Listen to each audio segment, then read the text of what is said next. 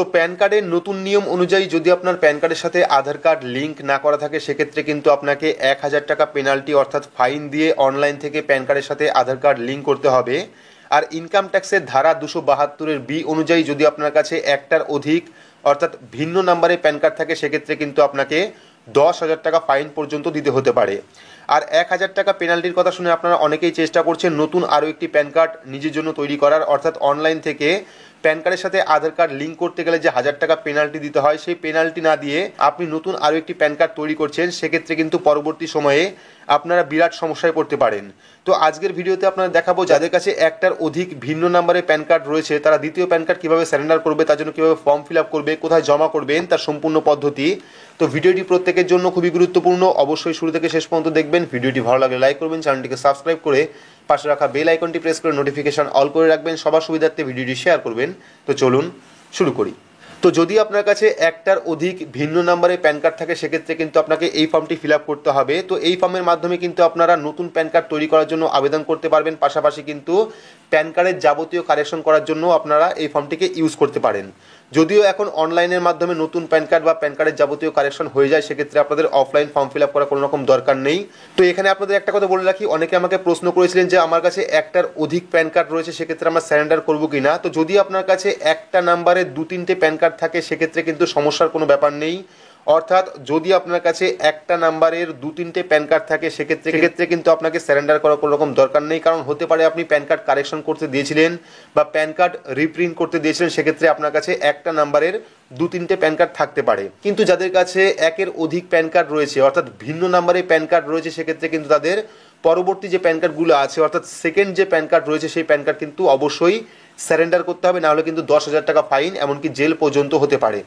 তো এখানে দেখতে পাচ্ছেন ফর্মের প্রথমেই রয়েছে request for new pan card or an address or correction in pan card, অর্থাৎ এই ফর্মটির মাধ্যমে কিন্তু আপনারা নতুন প্যান কার্ডের জন্য আবেদন করতে পারেন, পাশাপাশি প্যান কার্ডের যাবতীয় সংশোধন কিন্তু করতে পারেন। তো যেহেতু আমরা প্যান কার্ড সারেন্ডার করবো সেক্ষেত্রে আমরা কি করব, এখানে দেখুন চলে এসেছে পার্মানেন্ট অ্যাকাউন্ট নাম্বার। তো এখানে কিন্তু আপনাদের যে প্যান কার্ডটি আপনি সারেন্ডার করবেন অর্থাৎ যে প্যান কার্ডটা আপনার কাছে এক্সট্রা রয়ে গেছে দ্বিতীয়বার ইস্যু করেছিলেন সেই প্যান কার্ডের নাম্বার দেবেন। দেওয়ার পর কিন্তু আপনাকে এখানে ফুল নেম অর্থাৎ এখানে দেখুন প্লিজ সিলেক্ট টাইটেল, তো এখানে শ্রী বা শ্রীমতী বা কুমারী বা এমএস এখান থেকে সিলেক্ট করবেন। যদি আপনি ছেলে হন সেক্ষেত্রে আপনি স্ত্রীর ওপর টিক করবেন, যদি আপনি বিবাহিত মহিলা হন সেক্ষেত্রে এসএমটির ওপর টিক করবেন, যদি আপনি অবিবাহিত মহিলা হন সেক্ষেত্রে কুমারীর ওপর টিক করে প্রথমে আপনার পদবি লিখবেন, সবগুলো বড় হাতের লিখবেন, ব্লক লেটারে কালো কালি ইউজ করবেন, ঠিক আছে। প্রথমে আপনার পদবি লিখবেন, লেখার পর ফার্স্ট নেম দেবেন অর্থাৎ নাম দেবেন, দেওয়ার পর এখানে চলে এসেছে দেখুন সেকেন্ড নাম্বার অপশন অর্থাৎ ফাদার নেম, বাবার লাস্ট নেম লিখবেন অর্থাৎ পদবি লিখবেন, লেখার পর বাবার ফার্স্ট নেম লিখবেন,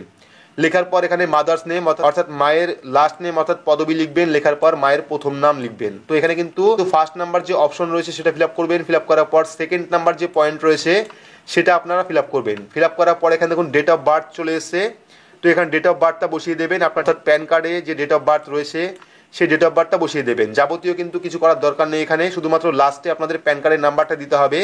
ফর্ম ফিল আপ কিন্তু এখানেই মোটামুটি শেষ। আপনারা নিচের দিকে চলে আসবেন, দেখতে পারবেন একটা অপশন রয়েছে 11 নাম্বার যে পয়েন্ট সেই পয়েন্টটা আপনাদের ফিল আপ করতে হবে। 11 নম্বরে কি রয়েছে, mention other permanent account number allotted to you, অর্থাৎ যদি কোনো ব্যক্তির নামে একের অধিক প্যান কার্ড অর্থাৎ ভিন্ন নাম্বারে প্যান কার্ড থেকে থাকে সেক্ষেত্রে কিন্তু আপনাকে পরবর্তী যে প্যান কার্ড রয়েছে অর্থাৎ এক্সট্রা যে প্যান কার্ড পরবর্তীকালে আপনি ইস্যু করেছিলেন সেই প্যান কার্ডটা কিন্তু সারেন্ডার করতে হবে। তো প্যান কার্ড সারেন্ডার করার জন্য যে প্যান কার্ডটা আপনি সারেন্ডার করবেন সেই প্যান কার্ডের নাম্বারটি লিখবেন। যদি আপনার কোনো ইন্ডাস্ট্রি অথবা কোম্পানি থাকে সেই কোম্পানির নামে একটার অধিক ভিন্ন নাম্বারে প্যান কার্ড থাকে সেক্ষেত্রেও কিন্তু আপনি এই ফর্মের মাধ্যমে কোম্পানির যে প্যান কার্ড সেটাও কিন্তু সারেন্ডার করতে পারেন। তো যাদের কাছে ভিন্ন নাম্বারে প্যান কার্ড রয়েছে তারা কিন্তু প্যান কার্ড নাম্বার 1-এ প্রথম প্যান কার্ড নাম্বার লিখতে পারেন।